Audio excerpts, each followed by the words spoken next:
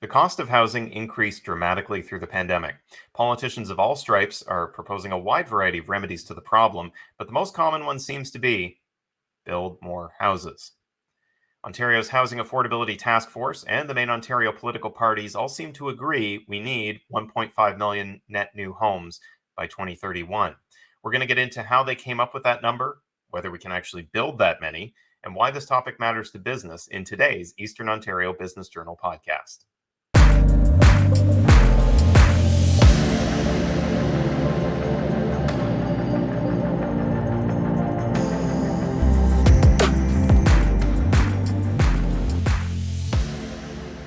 Thanks for joining us today. I'm your host, Phil Gaudreau. If you like this show, make sure to like and subscribe to be notified when new episodes are available. Today, we're welcoming three guests to help us unpack our housing questions. First, we'll be joined by Mike Moffatt, Senior Director, Policy and Innovation, Smart Prosperity Institute, and Professor at Western University.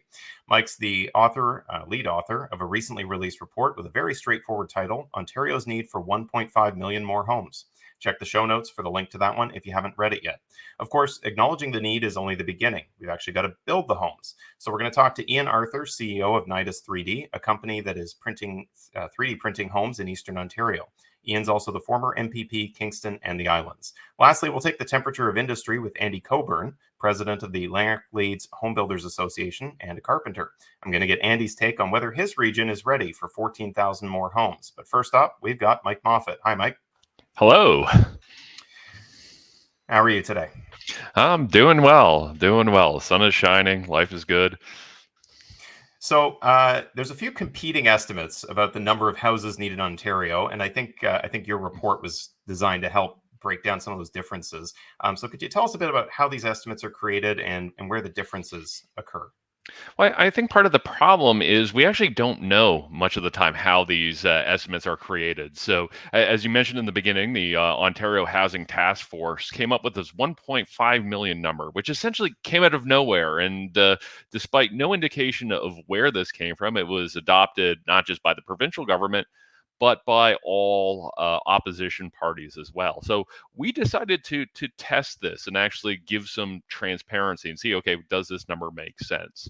So what we did is we looked at Ontario Ministry of Finance population projections. Basically, how large is the population going to grow over the next 10 years? And what's important is not just how much it's going to grow, but where are people coming from? What ages of the population are we going to have? Just because the housing needs of a newborn are different than the housing needs of a 30-year-old versus an 80-year-old. So basically what we did is we took those population projections, broke them down by not just age, but by region, and figured out, okay, well, given how big the population is growing, how many homes are we going to need over the next little while? And much to our shock, we landed at almost exactly 1.5 million. It was like 1.51. In fact, I thought we had made a mistake somewhere. We had a giant Excel sheet to cancel all of this. I thought we had made a mistake because we got so close to the provincial estimate. But at a high level, that's essentially what we're doing is we're trying to figure out how quickly the population is going to grow. Is it growing by births? Is it growing by immigration? How many people are unfortunately going to pass away? Add all of that to a blender and we can kind of figure out, okay, what is our housing needs over the next decade? And as you mentioned, you broke this down by region. So some regions need more, some need less. Ottawa needs somewhere around 100,000. I'm wondering how the increase in remote work since the advent of the pandemic plays into that forecast. Is that going to blunt or shift some of the growth for the major population areas? It seems like no. Well, it could, and it's one of the big sort of known unknowns. I think we're all sort of aware of that, of that shift towards work from home, but I think we don't know how much that's going to pick up. So the Ontario Ministry of Finance has tried to include that a little bit in their population projections. I would suggest that if work from home persists and ends up being larger than we think it might be, I think we are going to see a shift outside of the GTA into other parts of the province. And for Eastern Ontario in general, it's actually not clear whether or not they will gain more population or less population because, while the city of Ottawa is more expensive than other cities, it's still more affordable than the GTA, and you get a lot of the sort of advantages of being in a large city. You've got a CFL team, you've got an NHL team, and so on. I think the other sort of big unknown or known unknown for the Ottawa region is the federal government's return to work policies, as they are one of our largest employers in Ottawa. So depending on where that lands, that could determine, how many people want to live in the Ottawa area. But in general, a shift towards more work from home will cause more population growth in smaller centers and less population growth in the GTA. So that 1.5 million target seems fairly lofty, at least to myself. I've never built a home, so I wouldn't know where to start. But what do you think are going to be some of the causes if we miss that target, and maybe some of the consequences? Well, absolutely. So it is a lofty target. So, to put it in context, the previous decade we built about 750,000. So it's basically just doubling what we've done before. So there's a lot of bottlenecks to that. Like some of them are just regulatory, right? Having the zoning rules, parking minimums, having approvals happen quickly enough. There's a lot of regulatory bottlenecks preventing us from getting there. And I would say that would be the largest one. But even if we could somehow wave a magic wand and do that overnight, I still don't think we're going to be able to hit 1.5 million by just doubling everything the way we're doing things now. I think we would, quickly run into shortages of labor, shortages of materials, and so on. So I think we have to find ways to become more productive, more innovative, introduce more technology, because we can't. I don't think it's realistic to double, the number of home builders and people in the construction industry. So I definitely think you have regulatory bottlenecks, you have labor bottlenecks, you probably have some financing bottlenecks as well. And we need public policy to address all of those. We're only going to advance as far as we address our weakest link. So do you think that was maybe part of the reason that the task force was so interested in this report? Does it give them a little bit of the legislative firepower to say, okay, we have this need now, and we're not going to get there on our own, so let's make some changes?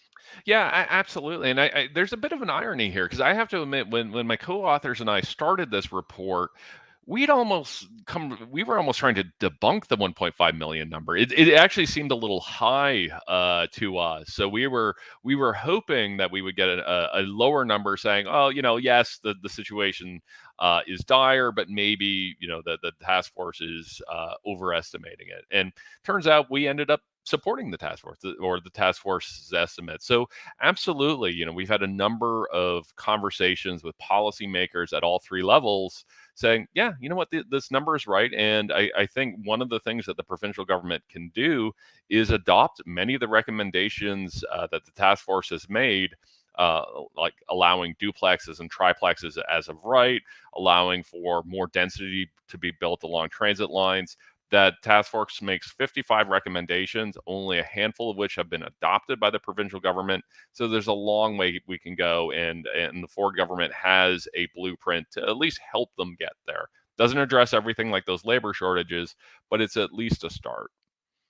Okay, and maybe one final question. It seems like you had a pretty decent reception from the Ontario government. Again, as you said, they haven't done everything that you've suggested, but that they're down the path, and I don't think anybody would disagree that they're certainly pro-development. So something that tells them to build more, they're not going to turn their nose up at that. What about from other corners? Have you had other reactions from industry, from business, and to the report, and tell us a little bit about how those have gone? Yeah, it's been surprisingly positive in general. At SPI, we don't shy away from controversy. We will put out reports that not necessarily everyone likes, but absolutely across the board, I think we're seeing from all political parties. We're seeing from the business community, a variety of chambers of commerce, and so on.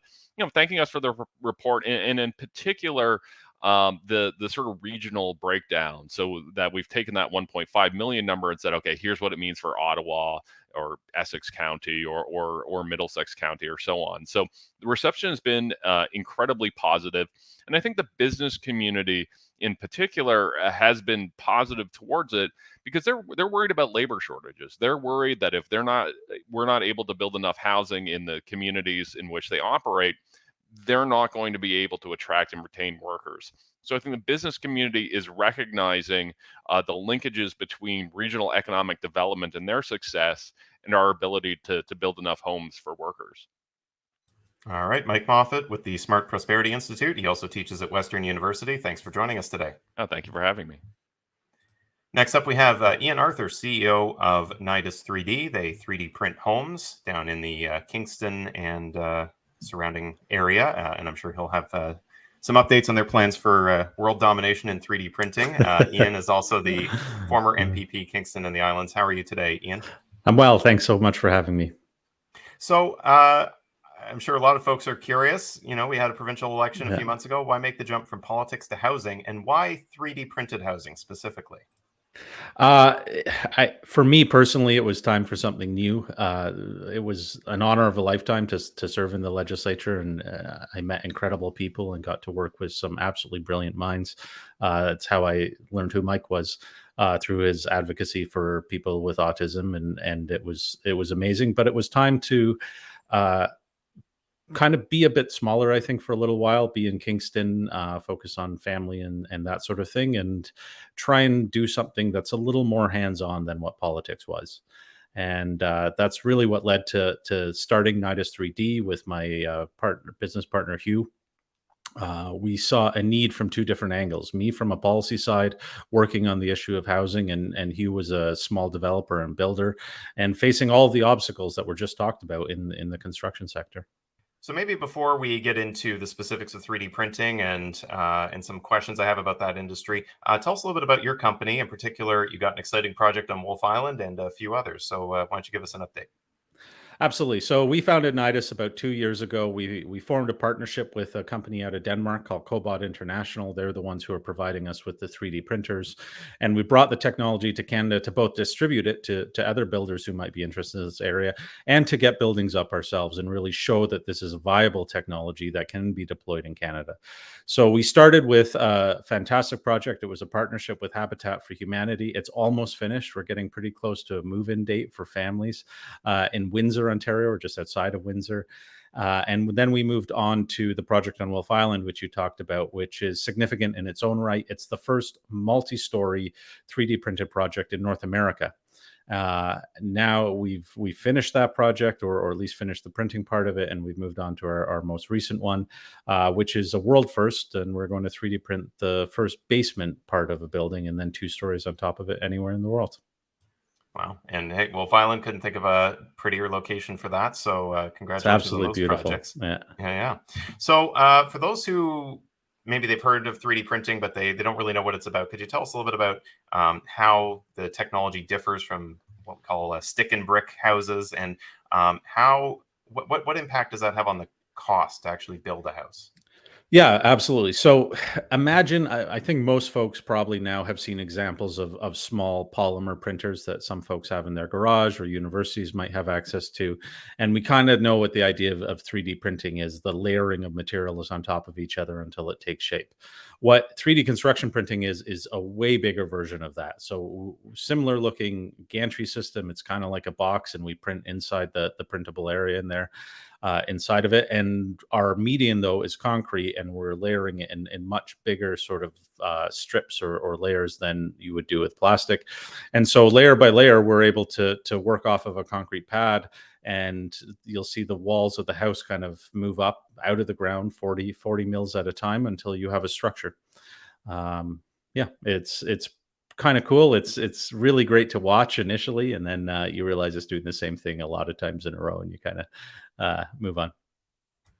So there's a materials piece to the overall cost equation, but then there's a labor piece as well when you're trying to build. Yeah, yeah, absolutely. And this is kind of the real promise of this industry. We've had incredible material advances over the last 100 years. We're building with things no one could have imagined 100 years ago. But what we haven't done is begin to address the need for process changes. And the ICF, for instance, it's a bigger brick. It still requires being stacked. It still requires being tied together. There's still a huge amount of labor involved in this. And what 3D printing promises is an automation of part of the building process, a small part right now, uh, likely going to expand into the future, but it allows us to kind of lower labor costs associated with building. And then our using concrete, it's a fairly affordable material right now. It isn't experiencing the same price increases that everything else is, but it certainly has the promise of being able to deliver housing in a much more affordable way.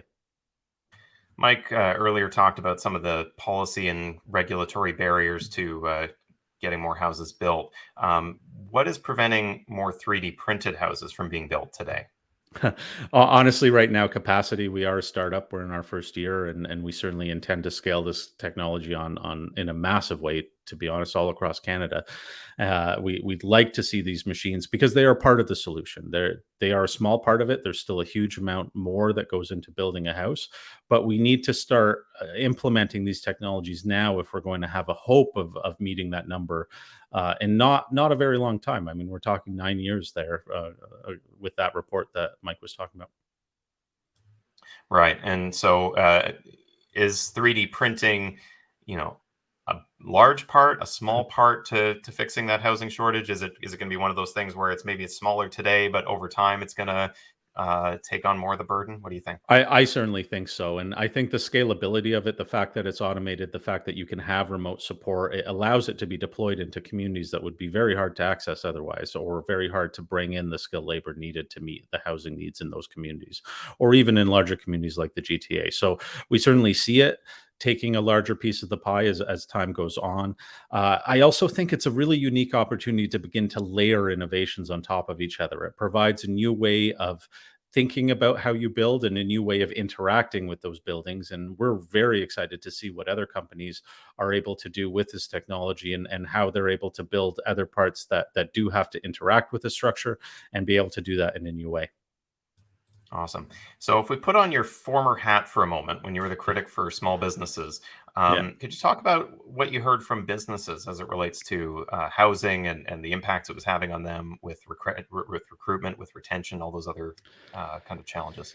Yeah, I mean, I think honestly, the construction sector is in nothing short of a crisis at this point. We are facing people retiring, the baby boomer generation, who make up a huge portion of the trades, are retiring at a rate, and we're not able to replace them. We're not training enough new skilled tradespeople to replace them. So not only do we have significant increasing demand, we're going to have ever increasingly difficult access to labor, and we are continuing to face the sort of material pricing volatility that we've seen for the last 2 years.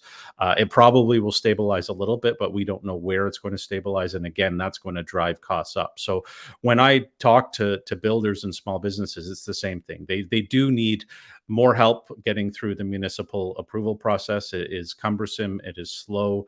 It can be adversarial, frankly.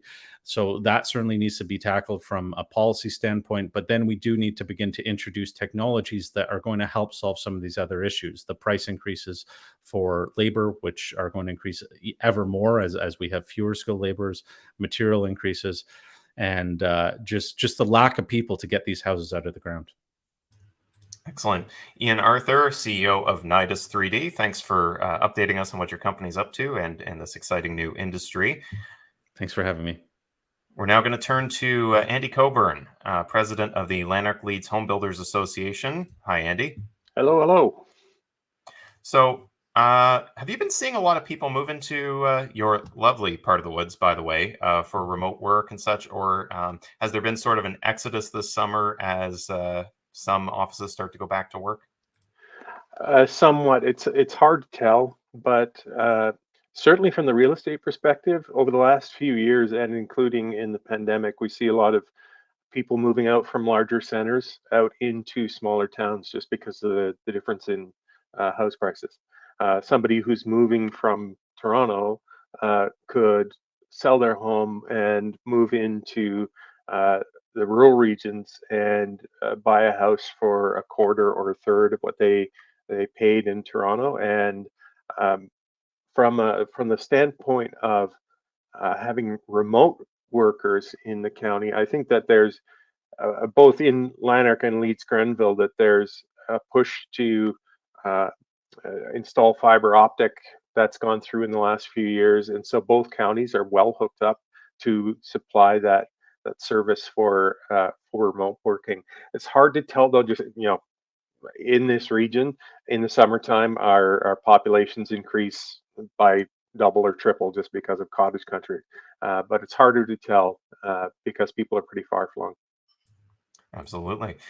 So going back to the report I talked about with Mike earlier, the call for by 2031 was that Lanark area needed 7,300 net new homes and Leeds Grenville needed 6,400. So that's a pretty good chunk. What do you think of those predictions? And kind of asking the same question I spoke with both Ian and Mike about. Is it attainable, you think? Uh, I agree with Ian and Mike in that there is there are a few problems facing us in regards to meeting that demand. Uh, by by what my members say to me, everyone is short-staffed. Everyone is booking into mid to late 2023, if not 2024, in terms of the projects. Um, we don't have enough builders or laborers in the field right now to be able to build what is forecasted or what would be required. And in that respect, I know that there's the other elephant in the room is the energy efficiency question and how many existing buildings we have and uh, things like aging in place, about aging populations that want to stay where they are and doing renovations on existing buildings. So our members are looking at a lot of pressure points in the next 10 years. Building thousands of new buildings, we'll be able to chip away at it. Um, are we going to reach the targets? It's it's doubtful unless there's a major interjection of training and new blood in the field. So new homes can be pricier sometimes, and your area has obviously not been immune to the price increases we've seen in Eastern Ontario. Are you concerned about what the addition of all this new housing stock might do to the home prices in your area? Definitely, and you can already see it that home prices are jumping up. They've jumped up since 2020, um, and the amount of work that people are having done to their buildings is also jumped up. This begets that situation I just mentioned, where our members are up to their eyeballs busy. Um, it is going to affect house prices, and given what's going on in the world, we have to take a step back and look at uh, wildfires and floods and what's affecting the forestry industry. Um, in particular, lumber prices have skyrocketed and have dipped and then gone back up and dipped and then gone back up again. So you're looking at higher prices than normal for everything from lumber to sheet goods to engineered wood and that kind of thing. But then you're also getting supply chain kind of delays with everything from garage doors to fireplaces and that sort of thing. The price of a building in our area is still a little bit lower than in the larger urban centers, but uh, yeah, if you look around, you can start to see that little by little, there's a house here, a house there, or a MERB here, a MERB there, that are bumping up in terms of their price, and they're getting the asking prices, which I find it's funny considering that when I moved to this part of the world 20 years ago, uh, house prices were around 60,000 for this area, and now you'd be looking at 10 times that much for a modest house in the area. I was going to ask you about construction material prices. So I've been watching the same thing with lumber, kind of the up and down. But it seems like, especially with the inflation we've been running lately, it's everything, isn't it? It is, and we we keep a close eye on it. Our national office, the Canadian Home Builders Association, is pretty good about bringing in pundits to give us a forecast on what do material supply chains look like and what does pricing look like. So we'll have someone come in from one of the major banks to talk about what are we looking at potentially for the next 5 to 10 years.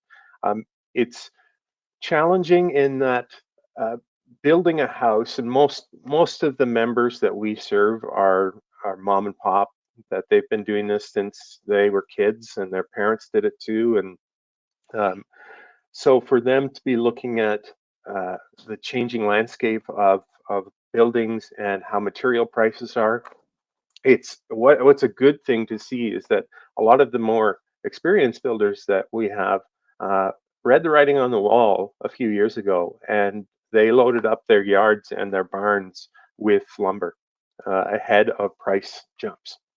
But still, that's only a buffer.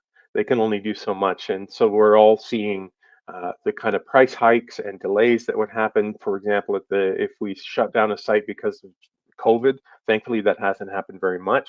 But if it does, then you're looking at in an itchy contract situation where your deliverables might not get there on time. Okay. And last question, we'll end on this. What changes would you like to see from the government, whether that's kind of locally down in your Lanark and Leeds area, or more provincially, to better support your industry in building the homes for all these people that are going to need them?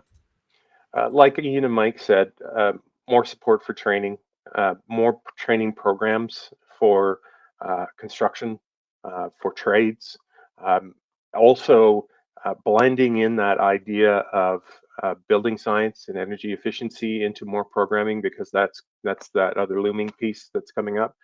More support for training building inspectors and bringing more people into that aspect of the industry, because that industry is also seeing great attrition from retirement and not enough people coming into it. We need to attract and retain people who will stay with the industry for their lives. In terms of the municipals and permitting and that kind of thing, there are some good examples around the country of systems that are working a little better, with taking into account that COVID has sort of pushed everybody back. But I know out in British Columbia, one of our Canadian home builder members, um, they approached their building office and they went through a process where they would pre-approve builders to streamline the permitting process. So the builder would have to obviously do the due diligence that would come with that kind of approval, but then it was kind of like they were a trusted builder. And so when they put in their applications, the inspector would know, yes, I can trust that this person has all their paperwork and they've done all the crossing of T's and dotting of I's. Um, that helped them streamline the process a little bit. But we need more bodies. We need more people who are in it and doing it and have been well trained and can uh, take up the slack. It's as simple as that. We just need more people in it. I've been trying to tackle a couple of projects around the house this past week, and they have not gone well. So I don't think I'm the guy you're looking for. Sorry, Andy, but if I see any, I'll certainly let them know. Andy Cockburn, Lanark-Leeds Homebuilders Association. Thanks for joining us. Thank you, Phil.